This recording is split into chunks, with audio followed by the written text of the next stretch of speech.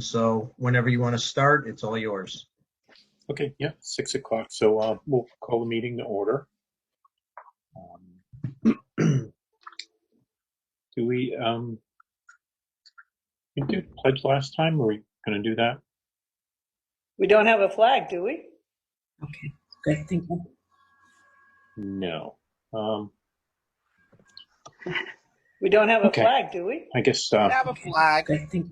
I don't think you're muted. No. I have a flag. We don't have a Okay. flag, do we? I guess. I have a flag. Good. Thank Okay. you. I don't think you're muted. Hello, No. can you hear me? I have a flag. Yeah. We don't have a Okay. flag, do we? I guess. I have a flag. Good. Thank Okay. you. I don't think you're muted. Hello, No. can you hear me? I have a flag. Yeah. So I guess. We don't have I guess a we'll flag, just do we? move on Thanks, to Tom. I the have a flag. Okay. I don't think you're muted. visitors, Hello? unless Can you hear I me? have a flag. mistaken. I guess. We don't I have guess a we'll flag. just everybody here. So, excuse me. We'll move on to, I guess the consent agenda. Need a motion for that, please. Move approval. Second? A motion and a second. Any discussion? Any questions? Okay, hearing none.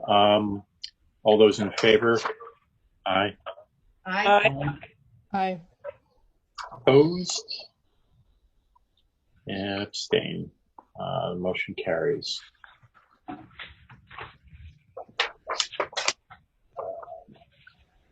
Next, we If I have. could just, Mr. Chair, if I could just make a request when people make a motion in a second, if they could just identify themselves by name.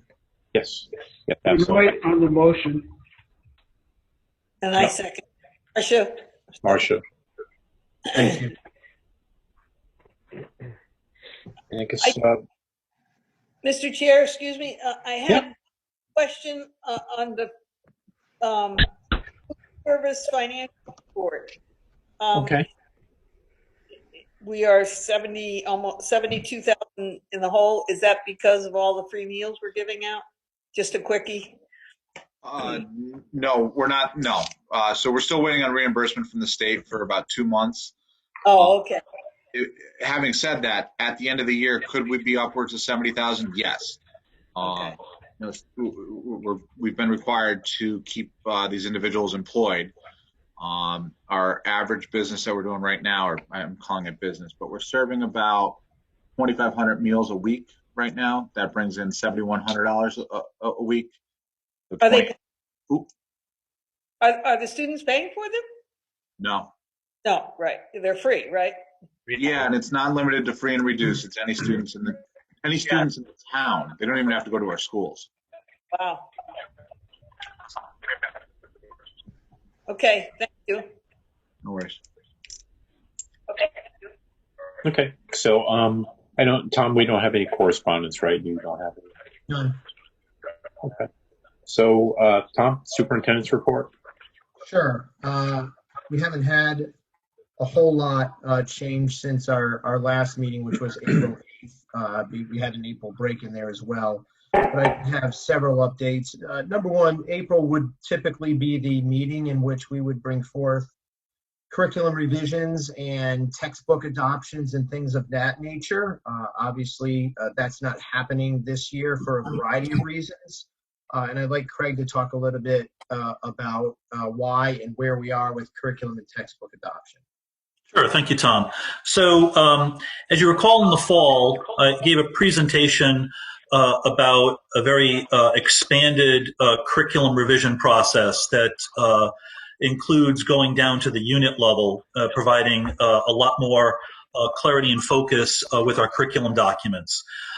With that expansion, I gave each curriculum leader and department head engaged in a curriculum review, for which there's 6 different teams working right now, to say, did you want to do the normal process, which is an 18-month process, it's the summer and a school year, or did you want a 28-month process, which would be the summer and 2 school years, basically, because of the amount of work. And all 6 asked for that extension of time so that they could produce the best product forward to present to the board. And because we work with perfectionists in our district, which is a credit to them. So with that being said, we're not at a point where we're ready to make any textbook purchases this year. So I'm going to call this the 1-year adjustment, for which we're not bringing you forward a curriculum with textbooks. But next year, you should see those 6 curriculum move forward and any appropriate textbook requests. And when I engage new teams this summer, they'll probably want to do a 2-year as well. So then we'll be back on cycle with every year something coming forward to the board. But because we moved from a 1 to 2 year process this year, that's why there's a gap year, if you will.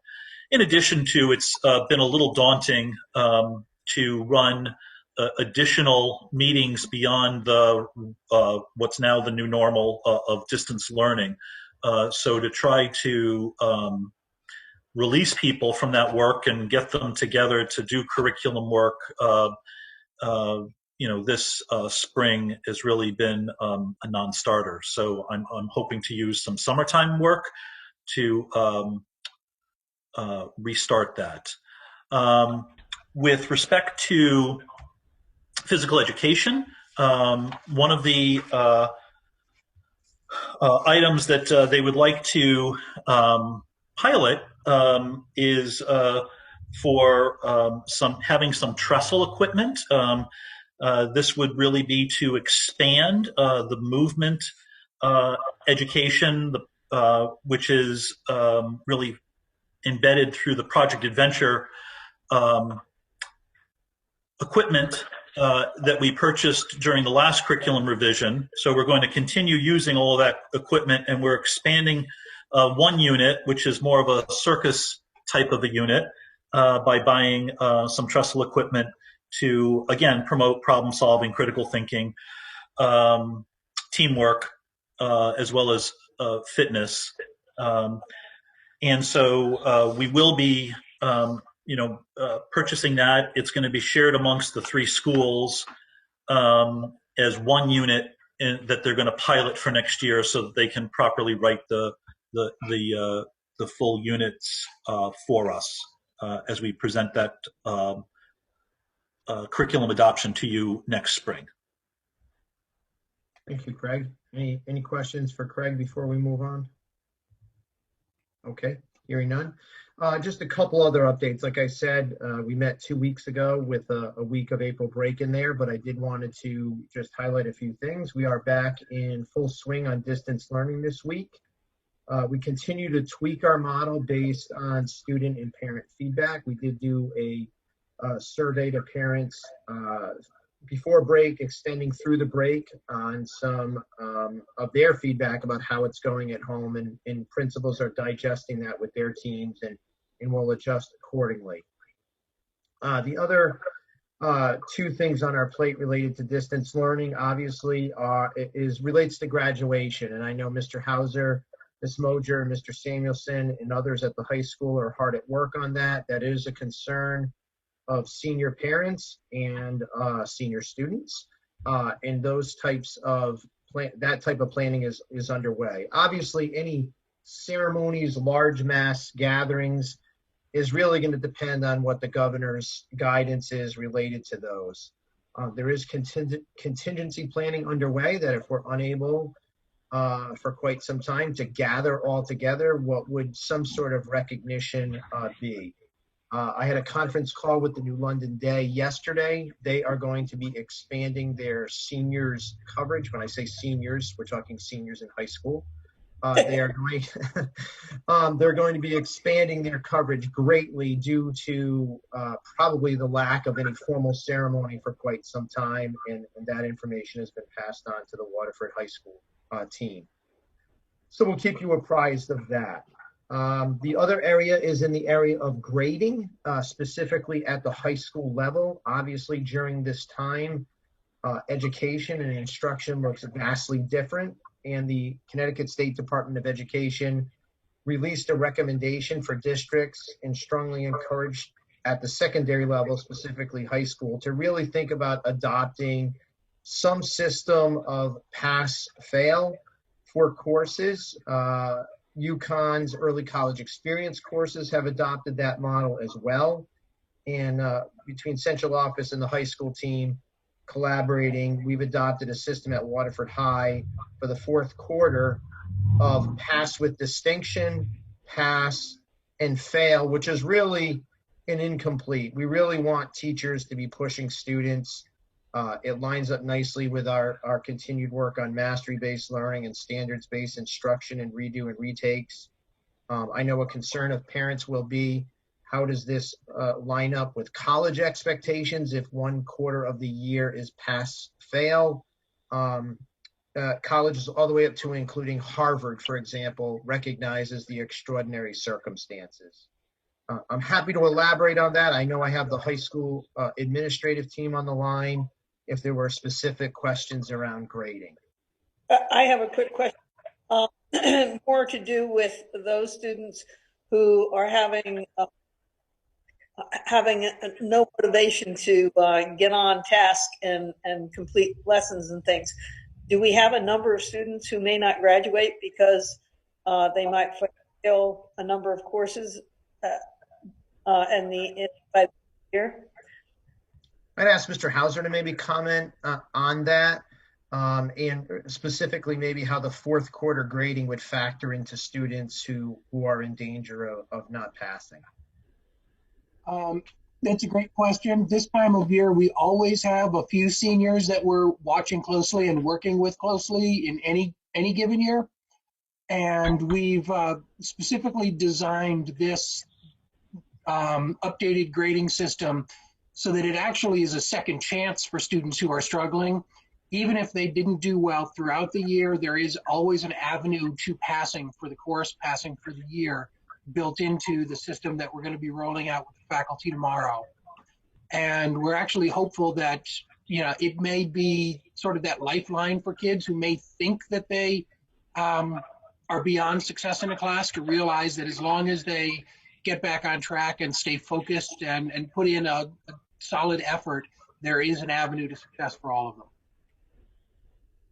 Are we contacting parents and dealing with the whole family in situations like that, or what are our social workers contacting? Our guidance department.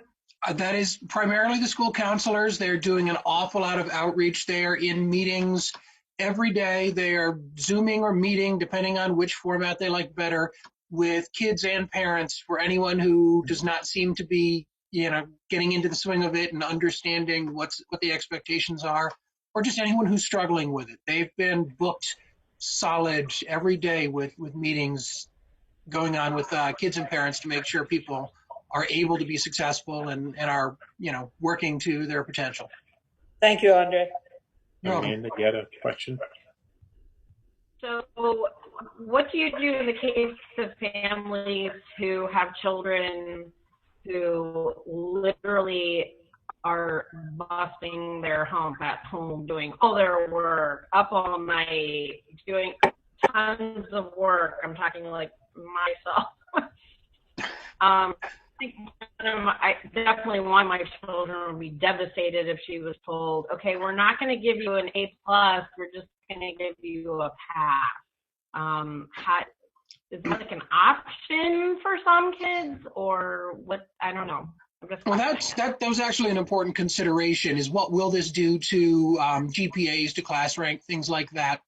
And what we plan to do is actually build those off of the students' work so far this year. As long as they're earning a pass or a pass with distinction for the fourth marking period, that A or that B+ that they came into this with, they're going to come out of it with as well. We just recognize that with the employment situations of some families, the healthcare situations, the childcare for younger siblings, for kids who, whose parents are in essential services. There's so many variables that could hurt their grades that have nothing to do with their learning right now, that we don't want anybody to, basically fall off because of that. And also, some kids right now, we are getting the feedback, are really overburdening themselves with stress about, if my grades drop a little bit, what is that going to mean? Especially those honors, those AP kids are really working hard and feeling the stress more than we think they should. And we're hoping this gives them a little bit of a sense of relief that they should still work hard, they should still learn, but they don't have to stay up all night panicked about it. Now, would that mean that their final grade, which is what mostly usually colleges look at, am I correct? That would just reflect, that wouldn't reflect pass fail, that would reflect No, whatever. all transcripts are going to reflect a letter grade. We are trying something new to help kids succeed right now, but we don't want to blow up our report cards and our transcripts and confuse kids in colleges. No. So the kid that has a eureka moment in the third and fourth quarters and just gets his or her act in gear, they're out of luck. No, if a kid has that eureka moment, but really was struggling throughout the rest of the year, if we're worried that a kid's in danger of failing. No, I'm talking about increasing their class rank, their standing. They finally get it together, they understand, and they really start producing. How do they get recognized? What we are hearing from kids and teachers is that it's the rare kid who's overperforming right now. Most kids feel that they're underperforming their potential or their past. Right.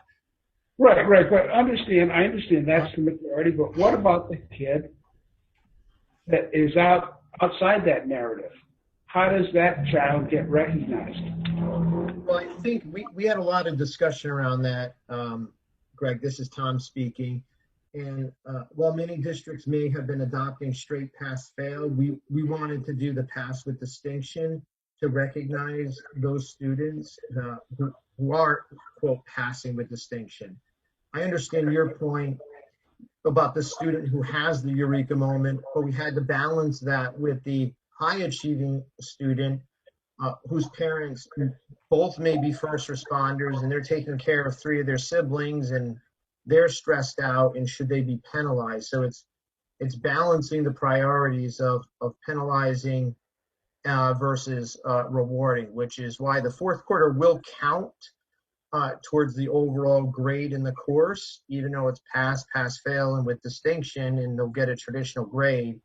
But there has to be some recognition, and it's the Connecticut State Department of Education's recommendation to keep the fourth quarter in perspective. But I understand your point. I don't know how that helps the student that gets it all of a sudden and really would accelerate under normal conditions. Good, Chris. So I just want to make sure that I understand. And you said you would go into more detail. So there's 4 quarters, is that correct? Yes. So when did the third quarter close? The third quarter was actually scheduled to close about a week and a half to 2 weeks after schools were canceled. So to simplify record keeping, we closed it as of the last day we were in regular session, but we allowed students to continue turning in work for some time after that, in case they were in the middle of a project and wanted to get that in for the credit. So with that being said, for the third quarter, it was business as usual. Is that correct? That's correct. Right. And then the fourth quarter, let's just say there's 10 assignments for a particular subject area. And those 10 assignments, if you do 8 of the 10 and you get 100, you then get an 80. Your average is an 80. So where does that follow to the transcript and to the report card? Fourth quarter. That would be a pass. And so we would be looking at the students' average coming into the fourth quarter. So their average from the first through the third quarter as the final grade. So if the student got 80, 80, 80, 1, 2, and 3, and now this was an 80 for 4, the fourth marking period gets a pass, but the average is an 80. Is that correct? That's correct.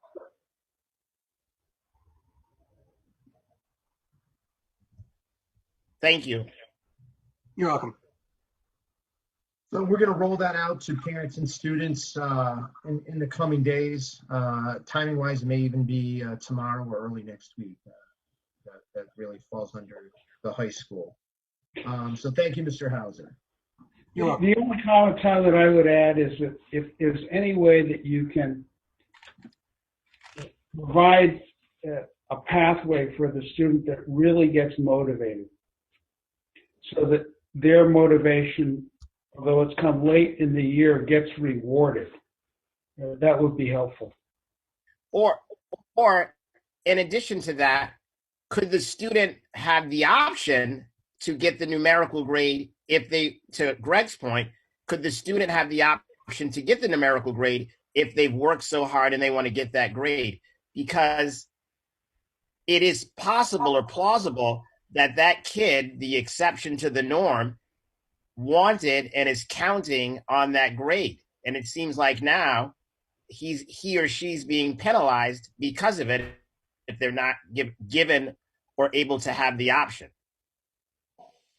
That's certainly great feedback for the team to consider. I think the major point that we wrestled with was that does an A during this environment really mean an A as it did the first 3 quarters?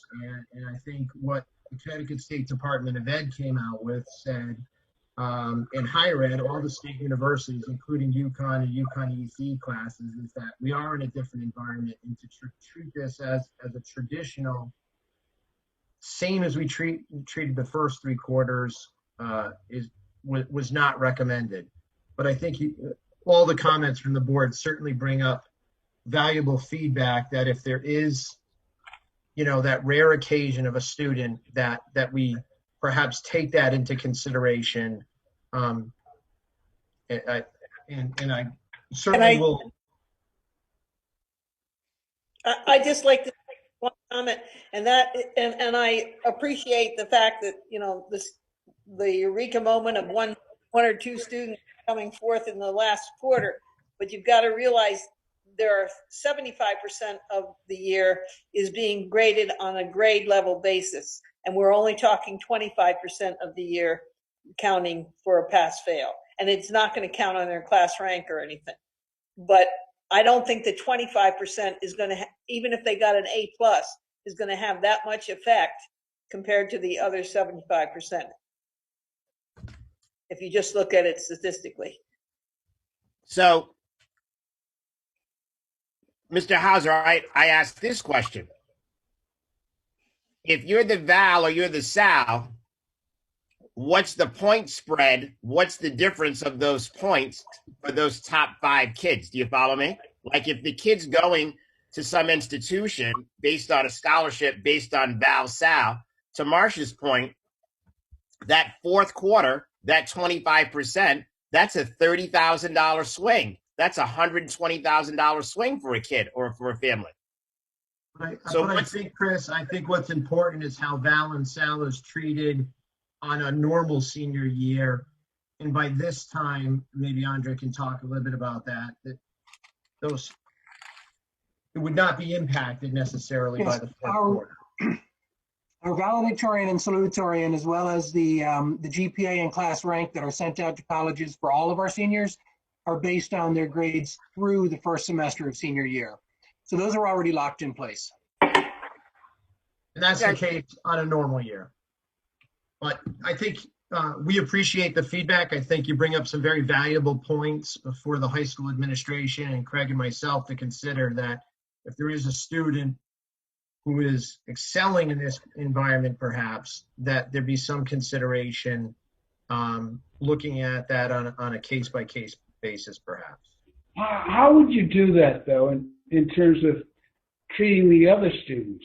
How do you pull out one student and say, well, looks like you're really doing well, and we're going to give you special consideration, but all the other students, you don't have that criteria in place for? I mean, how does that work? Yeah, I don't think we're talking about, for the one-off Eureka student, modifying going to an ABCDF or a numerical grade, or for that student class rank and GPA. I think what we're talking about is, what is the consideration? I don't have an immediate answer for you, but I'm not considering nor recommending to the high school that we create a different system for those students, but that at least there's some sort of consideration. What that is on the spot, in the middle of a meeting, I don't have an answer for, but I think A possible example might be if we memorialize this on our own notes, that when an administrator has to write a college recommendation, that it's expressed in the college recommendation. I think having the 3 bands, going beyond the pass-fail to the pass-fail with this and a pass with distinction, gives some level of accolade to the consistently performing student. But Greg, to your point, I do think we should acknowledge it some way that is scalable with as many students as we see fit. That may be the best. I mean, it's an imperfect world. We're dealt this hand, and we have to make the best of it. So I thank you for your... No, we thank you. Some very valid feedback, which is why we wanted to bring it forward tonight. So thank you. A couple other items of note. Okay, hold on. Just one quick thing. So can we assume that class ranking and GPAs for the 3 lower grades were locked down after the 3rd quarter? So the 4th quarter does not impact the rest of the grades as well? Yes, that's correct. Okay, great. Good question. I just had one comment that I saw. There have been a lot of things on the media recently, how communities are honoring their seniors should we not go back to school, which probably will not happen. And I saw a very interesting item just today, and that is that they put big 4 feet by 6 foot pictures of all the seniors all the way across their high school. You know, just something to recognize the seniors. I don't know what we're going to do, or if we are going to have graduation. If we don't have graduation, I think there needs to be some sort of recognition of seniors. Absolutely, and I know the 3 high school administrators are engaging parents and students in that dialogue, and I know Craig and myself via email, we're in discussions with them today about what possibility exists to recognize them. Absolutely, we need to do something because it's extraordinary times. A couple other items of note. A team from the district will be presenting on a webinar for the Connecticut State Department of Education next week. We were asked by the CSDE to share our best practices around distance learning. So that is Tuesday afternoon at 2 p.m. and will be one of 3 districts featured across the state. CLMS Math, Clark Lane Math was once again featured in the Connecticut State Department of Ed Performance Matters publication, which we'll push out to the board. I would encourage you to check out Lancer Library Radio, which is a 3 times a week radio show, which is a collaboration. Number. What's the number? So that is, you can find that on YouTube, which is a website. And if you go to YouTube and in the search bar, type in Lancer Library Radio. I think Mr. Hauser was a featured guest this week on Lancer Library Radio. And I know my turn is coming up in May. It's Mr. Cataret, the library media specialist at the high school, has done a nice job of some student co-hosts. Another way of recognizing seniors, he's highlighting senior interviews, lengthy senior interviews each and every week. And it's really, again, I would encourage you. This week, special ed teacher at the high school, Colleen Leinberg, and some of her students, we're talking about special ed distance learning as well. So we're really getting into some nice topics. So really a nice piece, something that's come out of coronavirus. And then the last thing I would mention to the chair and the board is that we'll likely need a finance subcommittee meeting in the near future. So a couple things we want to bring forward to that group, including it was mentioned earlier in the meeting by Marcia around food service and whatnot, that the board budget will likely have to pick up some of the salaries costs that would typically fall to the food service budget. We would like to loop the finance subcommittee on that. We want to speak with you about a lighting project at Clark Lane. All of you know that our capital budget was deferred out until next year, and we were happy to collaborate with the town on that in terms of looking at the overall budget for FY21, but there were some school security items in capital that I feel are necessary to move forward for next year. We'd like to talk to the board about that. There are some supplemental costs associated with the softball field that I also want to bring forward to the finance subcommittee, and Joe can share some information, Joe Mancini, about the end of the year financial picture at that meeting as well. So we'll have Caroline reach out to finance subcommittee members, but be on the lookout for that soon. And that concludes the superintendent's report tonight. Mr. Chair, could I comment? Yes, absolutely. Okay, I just wanted to say, I wanted to publicly address the fact that we have been recognized for our distance learning by the state, and without our all of our coaches and all of our people and all of our great administrators and staff, Waterford has ended up being an exemplary distance learning model, and we've been able to do it a lot easier than a lot of other communities. We aren't perfect, but we certainly are way ahead of most of the other communities in southeastern Connecticut. And I think the entire team deserves an unbelievable amount of praise for all their efforts. Absolutely. Yeah, I was going to say the same thing basically, because I was added to a mailing list for CABE. They let the other non-members on their chairs list, and a lot of districts were struggling, and we've done very well, and it's a credit to everyone involved with Tom and Craig's leadership on that. It was amazing. It just was a smooth rollout, and I know it was a ton of work by everyone involved all the way through, from the administration to the teachers and so on, and that was, that's why I think April break was pretty necessary, is it gave everyone just a chance to step back and catch their breath for a minute, and but amazing job, everyone.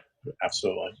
I would like to report it in the minutes that their kudos do go out to our, we are an exemplary district, and thanks goes out to all those coaches and made it happen. Yeah, for sure. I really want to commend our building administrators, our 5 principals and 3 assistant principals, and certainly our director of special services as well, because while it was really rolled out, or initial planning really coordinated by mainly Craig and whatnot from central office, really once we hit go on March 27th, it's really been left to the building administrators to really put the plan into practice. And they've really done a marvelous job each and every day, communicating with staff, parents and families, and monitoring the quality of instruction going out. So I really just want to commend our building administrators and our director of special services on putting the plan into practice. Agreed. Yes, absolutely. To the chair, I have a question. Yeah, go ahead, Chris. I echo the comments, but I caution the use of putting those things in the minutes. And I say that because I can remember, since I've been here on the board, I asked to do the same thing in regards to sports when something happened with sports. And I was told by this same board, when you put things in the minutes, it's only to be of things that we've taken action on, not on personal comments. So if we're changing that, that's okay. I just want to make sure. And I remember that because in the past, while I've sat here, I wanted to commend the sports and I wanted to give great thanks to the sports in terms of basketball and that sort of thing. And I was told you cannot do that. And I was told at an FOI meeting in Waterford that only things that should be recorded are things of action, not of personal thought. So however you do it is fine, but I just want us to be consistent. So I'll leave that up to you. Thank you. Oh, and one last comment. If you would, because we're doing this meeting via Zoom, before we transition from one topic to the next, can you give us a minute to go to unmute and give us a little gap before we head from one to the next? So if someone has a comment. And also, my last comment, and I'll go to mute. There's background noise. I don't know who has the background noise, but I think it needs to be muted because the person that's speaking, you get caught up and you can't hear the background noise. Thank you so much. Back to mute. And Chris, just as a matter of practice, you are correct in terms of the minutes. We've shifted really over the last 4 years to really focusing on action items. But certainly it's a recorded meeting and board member comments are recorded for that part of the record. But you are correct in asserting that minutes are typically focused on action items. Okay. I have no problem with it. Okay. Anybody else? Just go ahead, Amanda. I see your hand. Just really quick, so I'm privy to seeing twins being at the high school level, and I just want to say everyone at the high school level, fantastic job. I'm privy to listening to, so I have my Zoom meetings. I've got 2 other Zoom meetings. I got my son in college on meetings, but I've been able to be in the classroom even though I'm not in there. But I just have to say, wow, what a great job. And I think I sent Tom and Andre a note about a particular teacher who he had a day off and still took time to work with students. So I just wanted to give kudos where they are deserved. So. But, and one last comment to the chair, but please don't mistake my thoughts as being negative. I think you folks have done a great job. I've heard nothing but great things. And I always say that. And I think sometimes, I know, Tom, I say to you and to Craig and to all of the administrators, I think you do nothing but a great job. And I say it all the time. So I hope you don't think that I'm taking it. I just want us to be consistent in our practices of what we're doing. So kudos to you and the staff. Oh, fair point. Thank you. Thank you.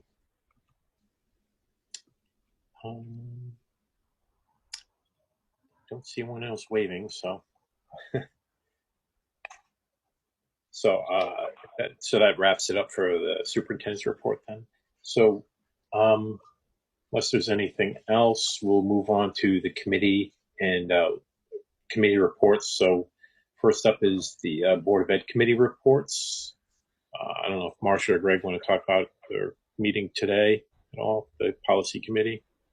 Policy committee looked at 6 items. One of them was sex discrimination, sunscreen. I'm off the top of my head. I think Craig has a list of the 6, and then also credit for the high school kids during the last quarter of distance learning. So there were 6 items. We passed them all along. And all of those items really are not on this agenda, and they'll be on the next meeting. So we can discuss them then, and they'll be under the action, new business portion of the agenda. Yep. Right. I think as far as Board of Ed committees goes, that's the only one that we really had to meet on or had met on. I don't see any liaisons present. And as far as our liaisons to other committees, I know for Atlantic Broadband, we haven't had a meeting since the last time we met, which was in March.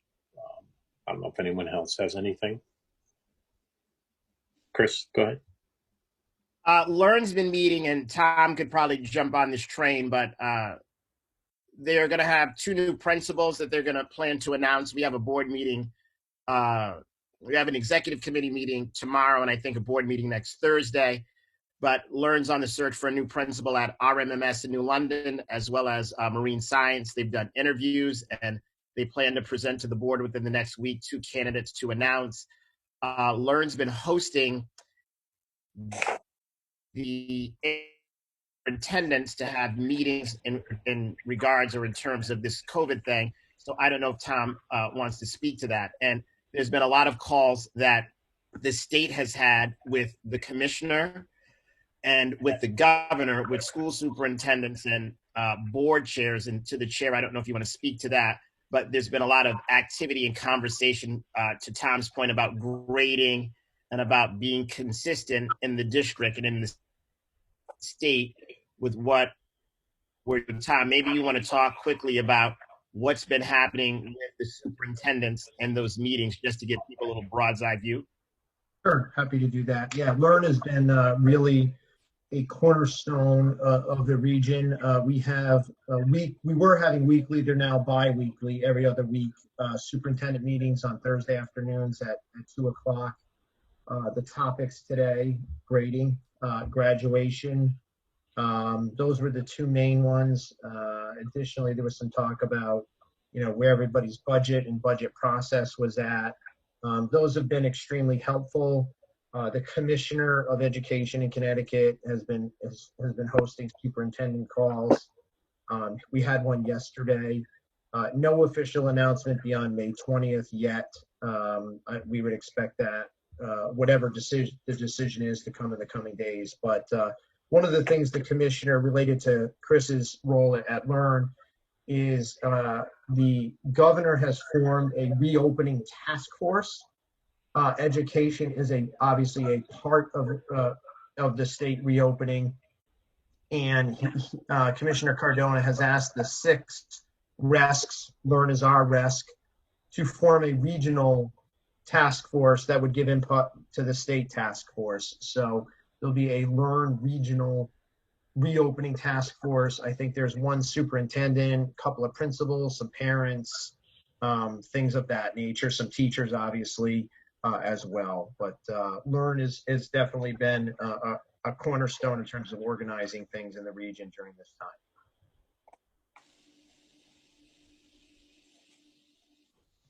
Okay, thank you. To be anyone else needing to speak, so move on to new business. Don't think there's anything we need to do just yet on the budget, correct? No, that was kind of a placeholder item. Obviously we had Board of Finance final action this week. There were no further cuts beyond the 400,000 in capital. Hopefully all board members were made aware of the RTM budget date changes from the week of the 4th to the week of the 11th. Those will of course be virtually. And I did send Mr. Dembeck an email earlier today with some suggestions about format. Those of you who have been on the board before know that traditionally the Board of Ed night at RTM is somewhere between 2.5 and 4 hours typically. I made some suggestions that perhaps we send our PowerPoint ahead of time and really spend that night focusing on maybe 8, 10, 12 slides. Perhaps RTM members could send questions ahead of time and we could respond ahead of time, and that night's for follow-ups. But ultimately the decision on format is theirs. I just sent some recommendations to make it perhaps a little more efficient and tolerable. Right. Okay.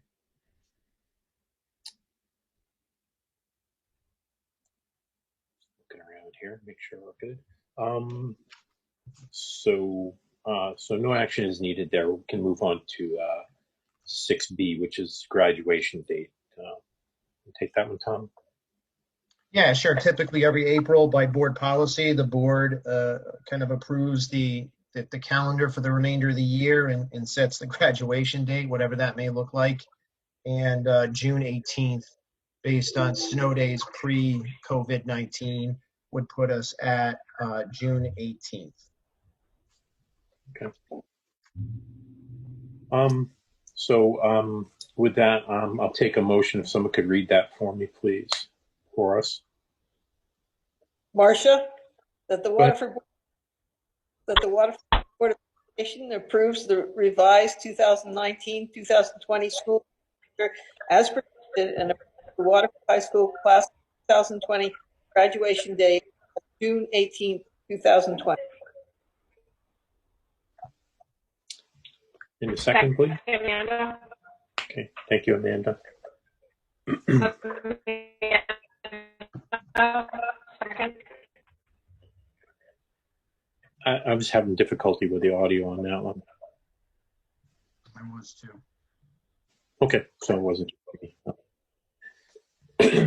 Excuse me. Motion is second. All those, any discussion on this? So Tom, are we going with this June 18th date? And what does that look like based on the current state of the state? Yeah, so June 18th will be our last day of school. Typically, if we're back and public health conditions allow us to have graduation, that would be graduation night. If public health conditions don't allow that to be graduation night, as I said earlier in the meeting, we're contingency planning for other ways to recognize kids. But under normal conditions, that would be graduation night now per policy. But yes, we don't know what it's going to look like. So when this rolls out and someone reads this, that we said graduation on June 18th, is there going to be some sort of supplemental follow-up to say and spell everything out so people don't think, hey, let me go buy my plane ticket from Florida to come up because they've already decided June 18th? Like, yeah, yes, between what's that going to look like? Yeah, What's that so going to look like? Go ahead. Sure. After this meeting, early next week, we'll put out a parent communication district-wide about the school calendar, just to clarify, just to make sure there's no rumors about going to June 30th anymore and whatnot. And then Mr. Hauser, I know, is going to do some direct parent communication to the high school community. I saw him raising his hand a second ago, I believe. Yes, we have a parent communication scheduled to go out tomorrow. It's going to cover a number of topics. The updated grading procedures is one of them, but information for seniors and senior parents about graduation, about prom, is going to be included in that. And as part of it, we do specify if we're on campus and it's safe on June 18, and if we're not, some information about both of those scenarios. Could we? Go ahead, Marcia. Marcia. Okay. Could we get when you send? Could we get a copy of that? Certainly, I'll forward that to Tom, and he can get that out to everybody. Yeah, typically we do try to make sure the board is copied on those, but yes, we will certainly make sure the board gets it. So because it's such a hot button topic, what is the plan, or what will the communication say if there's no June 18th date based on health conditions? What does that look like? Yeah, so basically Andre, you can jump in. I can kind of frame it, but go right ahead. Basically, what we're telling them is that obviously our hope is we'll be back here, but that's based on whether schools are open and whether public health officials feel it's safe. If not, we'll be looking at dates later in the summer or whenever we're told it is safe, have an in-person ceremony to commemorate the senior class. I just hope that based on this, I don't want to see someone going to buy the plane ticket based on us deciding tonight of this June 18th, because people just go to the minutes and they go, hey, they decided it's June 18th. Now I'm going to go buy my ticket. And then they never said we're not sure. That's all I'm talking about. No, absolutely correct. All of our seniors and all of our senior parents will be getting a communication tomorrow that makes it very clear that June 18 is not a defined in-person graduation date for us. And again, I just echo Marcia's comments. Can you please include us in that correspondence? At what point do you have a draft ethic for a? Yes. I didn't hear that. Well, I was asking, at what point do you have a drop dead date when you're not going to have an in-person graduation and you're going to go forward and have a virtual graduation? Because those are the alternatives. You're not going to push the graduation out that far that kids are going off to college and whatnot. Actually, in conversations I've had with kids, they've told me if we do it Thanksgiving weekend next year, they'd rather do it then than not do it at all. So it's very likely we'll have a virtual graduation and then at some point in the future, in-person graduation. The thought of being Well, together. how does the board feel about that? How does the board feel about that? My thought is either you cut fish and you either have the graduation in person or you say it's not going to happen. You have a virtual graduation and you move on. What does the board think? Yeah, I mean, we can certainly, if the board wants to entertain an amendment, obviously I can't make an amendment, but if you want to amend the motion to include, condition upon public health conditions, that's fine. Yeah, talks about what the graduation date is. It doesn't talk about anything else. It doesn't talk about whether it's going to be a virtual or if things don't work, what we do. I think the key here is that Waterford High School class of 2020 graduation date, that's when they officially graduate. The ceremony is a separate entity. But I agree. But they actually will be graduated from Waterford High School on that particular day. That's the way I read it. That is true.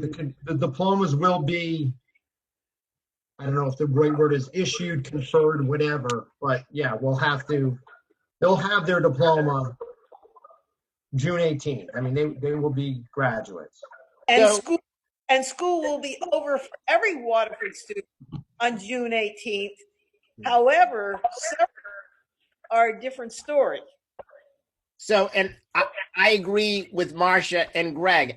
That's why I'm concerned about the communication, that the communication needs to say, maybe not ceremony, or it needs to be said, this will not be a ceremony. And I feel like I jumped in front of Michelle. So I'm sorry. I'm going to yield to Michelle because she had her hand up before I was speaking. Yeah, go ahead, Michelle. I actually did not have a discussion about graduation necessarily. My question was, since they removed the 180-day, do we have to make up the snow days, or can we go? You're saying yes. Yeah. Yes. Okay, so we have to make up the snow days with the 180. Okay. Yeah. All right. We're required to go until pre-coronavirus. We're required to go as many snow days as we had acquired by then. Thank you. I'm just concerned about the communication, and I agree with Marcia and Greg. I hope it's spelled out that no one's going and buying a plane ticket based on tonight's discussion. That's all I care about. Yeah, it will be crystal clear. Yeah, I'm sure it will be.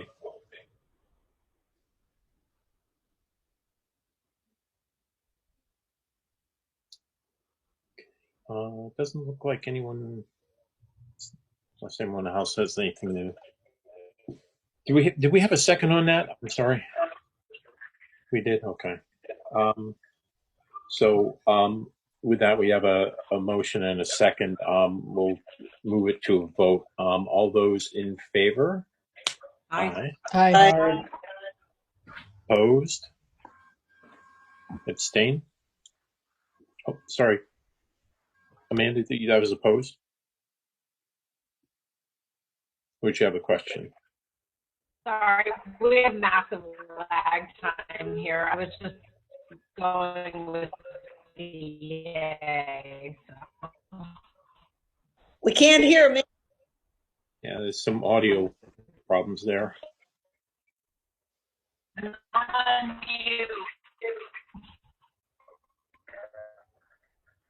I'm a Yay. Yeah.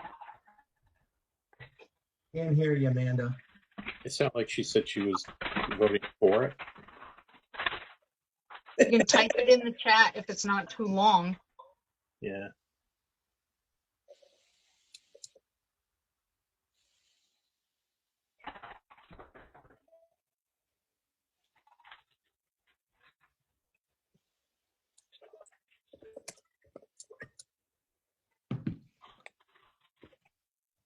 Yeah, she's for. Okay, so that's Yeah, I see Amanda we're now good. saying, yep, Yeah.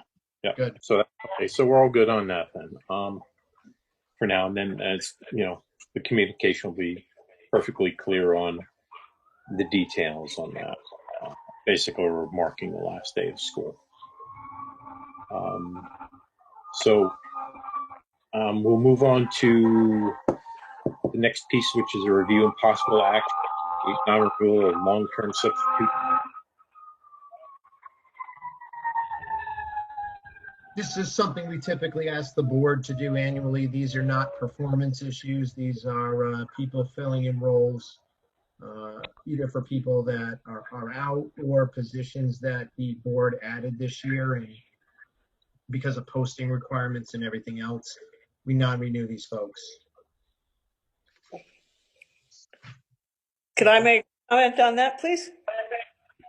Yeah, we'll need a motion for that, please, if you could read it. Okay, all right. Marcia, in order to comply with Connecticut General Statute Section 10-151, we are recommending that the following long-term substitutes will not be offered positions once their current assignment concludes. Mary Alicia, Abigail Canati, Katrina Messerschmidt, Adrian.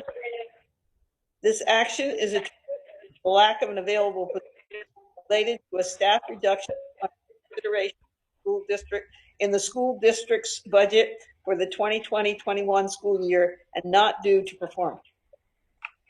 Are you moving or recommending? I assume you're moving, not recommending. Yes, I'm moving.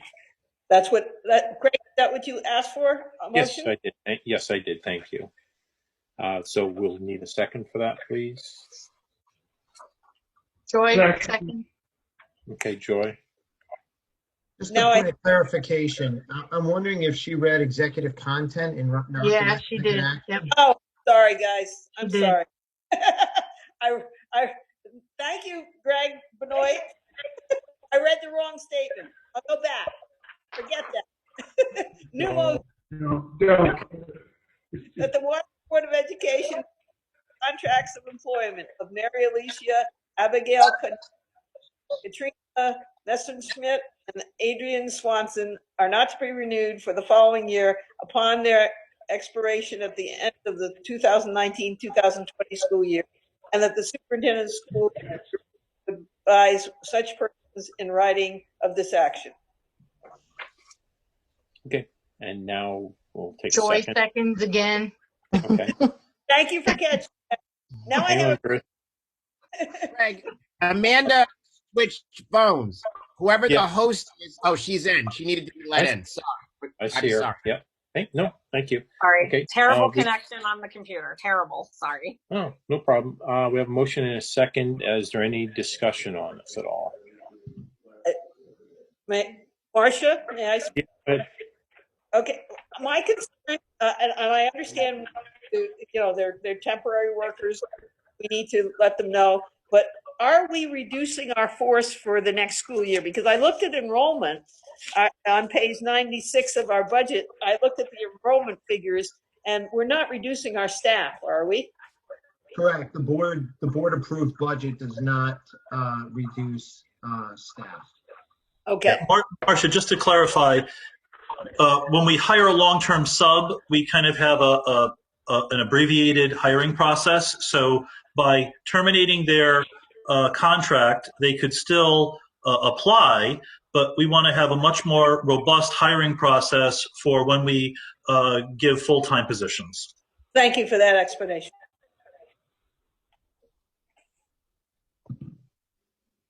Okay. Anybody else have anything you want to add? Okay. So we have a motion and a second. We'll go to a vote. All those in favor? Aye. Aye. Opposed? Abstain?